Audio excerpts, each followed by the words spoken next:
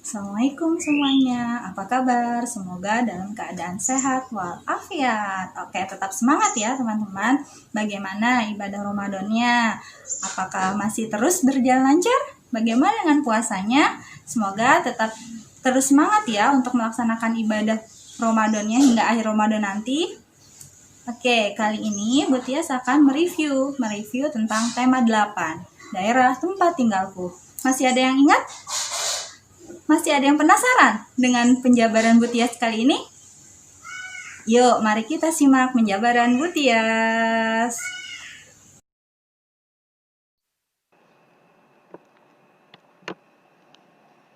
Assalamualaikum. Kembali lagi dengan Bu Tias. Kita akan mereview tema 8, daerah tempat tinggalku.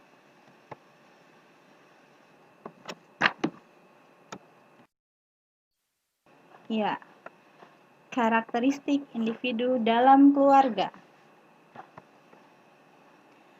Lingkungan tempat tinggal kita yang terdekat adalah keluarga. Setiap anggota keluarga memiliki karakteristik yang berbeda satu sama lain, baik karakteristik fisik, kegemaran, dan sifat yang berbeda satu sama lainnya.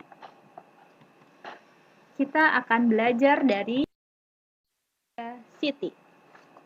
Simak ya, Bu Tias akan membacakan cerita tentang keluarga Siti. Keluarga Siti terdiri dari ayah Siti, ibu Siti, Siti, Rara, dan Nusa. Setiap orang dalam keluarganya memiliki karakteristik yang berbeda. Karakteristik adalah ciri khas seseorang sesuai perwatakannya. Ibu Siti adalah seorang yang penyayang dan humoris. Ia senang bercanda dengan anak-anaknya. Ayah Siti adalah sosok yang tegas dan tidak banyak bicara. Ia tak segan memberi hukuman jika Siti nakal. Namun, ia juga sering memberi pujian jika anak-anaknya bersikap baik. Nusa, adik Siti, sangat suka bermain. Rumahnya sering berantakan karena mainannya berantakan di mana-mana. Ia juga sangat jahil. Pernah satu kali saat Siti tertidur, adiknya menggambari wajah Siti dengan spidol.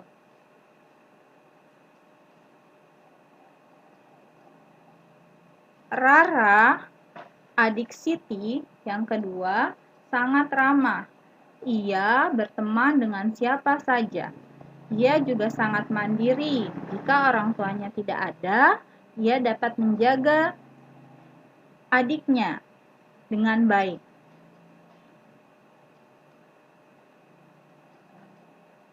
Rara, anak yang rajin. Setiap malam, ia sempatkan untuk belajar. Ia pun sering membantu ibunya. Seluruh anggota keluarganya menyayangi Rara. Nah, ini ada pertanyaan. Nanti pertanyaannya boleh teman-teman tulis di buku, kemudian dijawab. Oke?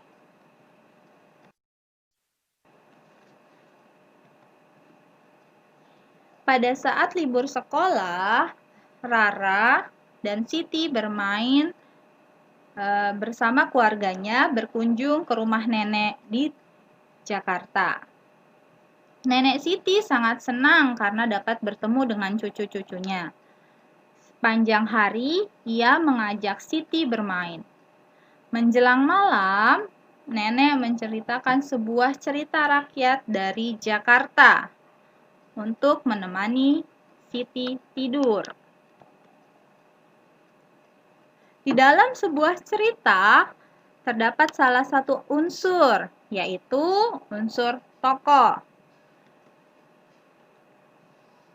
Tokoh dibedakan menjadi dua, yaitu tokoh utama dan tokoh tambahan. Di dalam cerita, tokoh utama tersebut dapat dikelompokkan kembali menjadi tokoh protagonis dan tokoh antagonis.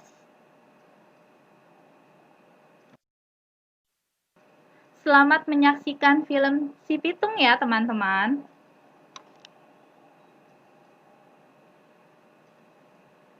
Jangan lupa setelah menonton, dijawab ya pertanyaannya. Si Pitung adalah salah satu pahlawan yang berani melawan penjajahan Belanda. Bagaimana kisahnya? Mari kita simak dalam cerita berikut. Si Pitung lahir di kampung Rawabelong.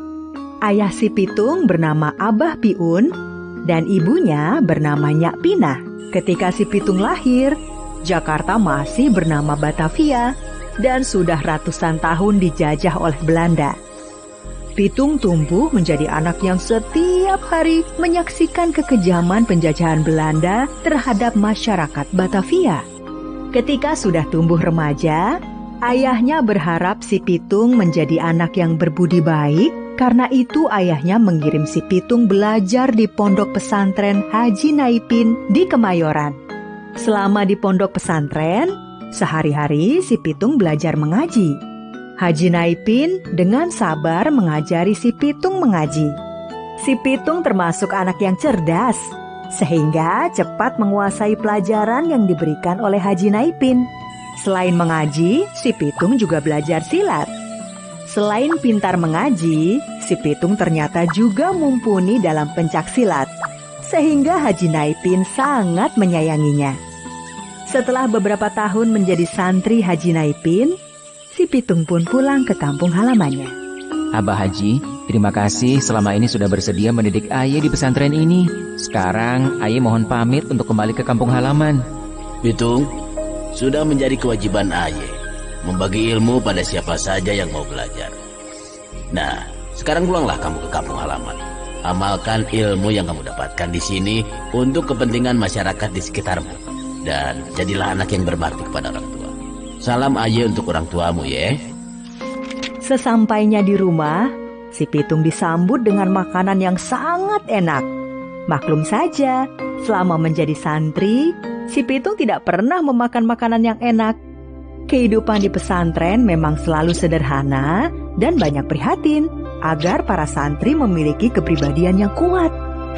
Selama di rumah, si Pitung rajin membantu babehnya. Setiap hari, si Pitung mengembalakan kambing ke daerah yang banyak rumputnya. Sedangkan ayah si Pitung setiap harinya berjualan buah-buahan di pasar Tanah Abang. Suatu hari, si Pitung disuruh babehnya menjual kambing ke pasar Tanah Abang. Pitung, badan babe agak kurang enak. Lo jual 2 ekor kambing ke pasar Tanah Abang sono ya? Beres, Beh. Tapi ingat, lo jual harganya jangan terlalu murah ya. Tentu saja, Beh. Setelah menjual 2 ekor kambingnya di pasar Tanah Abang, si Pitung segera pulang dan memasukkan uangnya di kantong celana. Namun dalam perjalanan pulang, si Pitung dicegat oleh 3 orang preman. Hei, siapa namanya lo? Nama Aye Pitung, Bang. Rumah lu di mana? Di Rawabelong, Bang. Ya udah, pulang sono. Tanpa disadari si Pitung, uangnya hasil menjual 2 ekor kambing telah diambil oleh salah satu komplotan preman tersebut. Sesampainya di rumah, babeh si Pitung sudah menunggu. Assalamualaikum. Waalaikumsalam. Lo Tung, gimana hasil jual kambingnya? Dapat harga bagus kan? Beres, Beh. Ini duitnya. Si Pitung tiba-tiba bingung uangnya tidak ada. Lu kenapa jadi bingung begitu? Waduh, Beh. Kayaknya Aye kecopetan. Ntar Aye cari dulu pencopetnya. Si Pitung pun menemukan para pencopet masih ada di tempat semula. Hei kalian, lebih baik kalian kembalikan duit gue. Kalian jangan pura-pura tidak tahu. Kalian kan yang nyopet duit gue. Para preman tersebut tetap tidak mau mengaku. Dan akhirnya, tidak pakai lama, si Pitung segera menyerang mereka. Hanya dalam beberapa jurus, ketiga gerombolan preman tersebut sudah terkapar dan tidak bisa melawan lagi. Awas lu Pade, jangan macam-macam sama anak Rawabelong. Si Pitung segera pulang sambil membawa uangnya hasil menjual kambing. Besoknya, ketika sedang menggembala kambingnya, si Pitung tiba-tiba didatangi oleh 3 orang preman yang mencopetnya kemarin. Mau apa kalian kemari? Kita mau minta maaf bang, yang soal kemarin. Nama lu siapa? Nama Aye Rais bang. Aye Jiih bang. Aye Jepul bang. Jadi gini bang, kita nih mau ngajakin abang kerjasama. Kerjasama bagaimana? Iya, Bang Pitung gabung sama kita. Terus kita nyepet aja di pasar-pasar. Masya Allah, keterlaluan memang kalian ini. Kalian ini masih muda, badan kuat, malah jadi copet. Yang kalian copet pun juga orang miskin, yang sehari-hari sudah hidup menderita karena dijajah Belanda. Seharusnya kalian membantu orang-orang miskin itu, bukan malah nyopet duit mereka. Rais dan teman-temannya saling berpandangan. Bang, hidup kami pun udah miskin. Sehari-hari aja untuk makan susah. Kami mencopet karena kemiskinan. Kalau tidak miskin, kami tidak akan nyopet. Jadi, gimana bisa? Kami harus bantu orang-orang miskin itu. Si Pitung menyuruh mereka mendekat dan membisikkan sesuatu. Rais, Jiih, dan Jebul saling berpandangan. Baik bang, kami setuju. Asal Bang Pitung yang memimpin. Sebenarnya, apa yang dibisikkan si Pitung kepada 3 orang kawanan pencopet tersebut? Beberapa hari setelah pertemuan tersebut, terlihat si Pitung dan 3 orang pencopet yang sudah menjadi anak buahnya merampok rumah seorang pejabat Belanda. Si Pitung dan teman-temannya mengambil harta benda pejabat Belanda itu. Si Pitung dan teman-temannya ternyata tidak menikmati hasil rampokan tersebut. Mereka justru membagikan harta rampokan tersebut kepada rakyat miskin. Selama berbulan-bulan, si Pitung dan teman-temannya merampok pejabat Belanda maupun orang-orang pribumi yang menjadi antek Belanda. Akibatnya, si Pitung dan teman-temannya menjadi buronan tentara Belanda. Setiap hari, ratusan tentara Belanda melakukan patroli di Batavia untuk memburu si Pitung dan teman-temannya. Si Pitung dan teman-temannya mulai terlacak oleh tentara Belanda. Suatu hari, tentara Belanda berhasil menemukan persembunyian Jebul. Tentara Belanda langsung menembaknya. Jebul pun tewas seketika. Giliran Jiih yang kepergok tentara Belanda. Jiih pun tewas oleh tembakan tentara Belanda. Rais akhirnya juga tewas di tangan tentara Belanda. Si Pitung pun akhirnya ditemukan oleh tentara Belanda. Tidak menunggu lama, terdengar suara tembakan. Namun si Pitung ternyata memiliki ilmu kebal. Tidak satupun peluru berhasil menembus tubuh si Pitung. Hei lu, tentara Belanda, bilang sama komandan lu, gue si Pitung, anak rawa belong. Kagak takut sama kalian. Bilang sama orang-orang Belanda teman lu itu, selama mereka masih di sini, gue akan terus ngasih pelajaran ke mereka. Kabar tentang si Pitung yang punya ilmu kebal membuat nyali tentara Belanda menjadi ciut. Mereka tidak berani keluar dari markasnya. Akhirnya, kelemahan ilmu kebal si Pitung ketahuan. Seseorang yang menjadi antek Belanda membocorkan rahasia tersebut. Tentara Belanda segera menyiapkan senapan berisi peluru emas. Perjuangan si Pitung membela kaumnya dari penjajahan Belanda berakhir sudah. Si Pitung tewas oleh tembakan tentara Belanda yang menggunakan peluru emas. Masyarakat Jakarta sampai sekarang tetap mengingat kisah perjuangan si Pitung.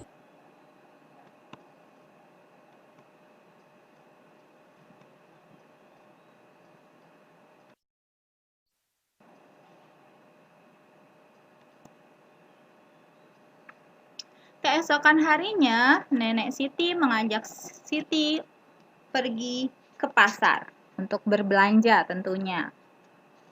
Di sana Siti menemukan hal baru yang tentunya Siti ingat apa yang sudah diterangkan oleh gurunya di sekolah. Ternyata di pasar terjadi suatu kegiatan ekonomi. Ada kegiatan ekonomi produksi, distribusi, dan konsumsi. Kegiatan produksi adalah kegiatan mengolah bahan mentah menjadi bahan setengah jadi atau bahan jadi. Biasanya orang yang melakukan kegiatan produksi disebut produsen. Sedangkan distribusi yaitu kegiatan menyalurkan dan mengantarkan barang dan jasa dari tempat produksi kepada konsumen. Biasanya orang yang melakukan kegiatan distribusi disebut distributor. Yang ketiga, yaitu konsumsi. Konsumsi yaitu kegiatan menggunakan atau memanfaatkan barang dan jasa. Biasanya orang yang melakukan kegiatan konsumsi disebut konsumen. Oke. Di sini ada pertanyaan yang harus teman-teman jawab berkaitan dengan apa yang sudah Bu Tia sampaikan tadi. Ada gambar kegiatan ekonomi bidang perdagangan, ada kegiatan ekonomi bidang perindustrian. Silahkan diisi ya, boleh ditulis di buku tulis teman-teman.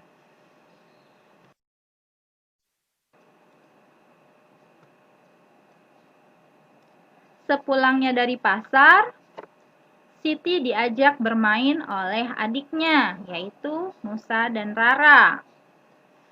Selama perjalanan dari pasar ke rumah, untuk sampai, Siti memerlukan gaya untuk sampai ke rumah. Karena Siti saat ke pasar menggunakan sepeda. Apa yang dimaksud dengan gaya? Gaya merupakan tarikan atau dorongan yang mempengaruhi keadaan suatu benda. Gaya memiliki hubungan terhadap gerak suatu benda, yaitu yang pertama, gaya dapat membuat benda diam menjadi bergerak. Yang kedua, gaya dapat membuat benda bergerak menjadi lambat atau berhenti. Contohnya, gaya dapat membuat benda diam menjadi bergerak, yaitu saat Nusa menendang bola. Sedangkan contoh dari gaya dapat membuat benda bergerak menjadi lambat atau berhenti, yaitu saat Siti mengerem mendadak sepedanya.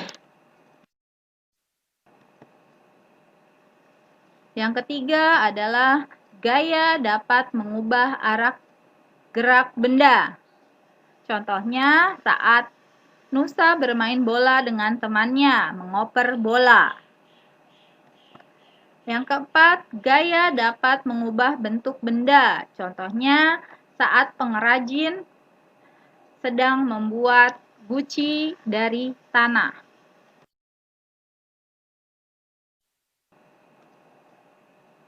Ya, silahkan perhatikan gambar di samping. Apa yang dilakukan dengan Edo dan teman-temannya di sekolah. Kemudian kalian bisa menjawab pertanyaan berikut. Jawabannya boleh kalian tulis di buku tulis. Oke teman-teman, mungkin itu review yang dapat Bu Tia sampaikan tentang tema 8, daerah tempat tinggalku. Oke, Assalamualaikum, sampai jumpa lagi.